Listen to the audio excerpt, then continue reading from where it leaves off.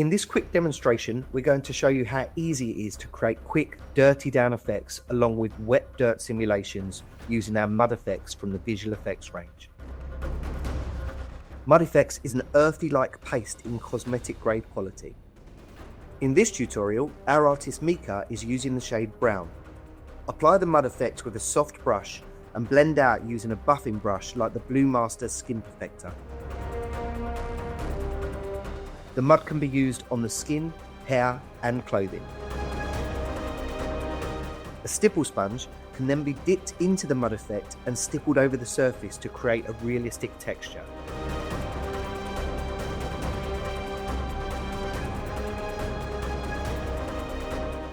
So there you have a quick and easy product to create dirty down and mud effects on the skin.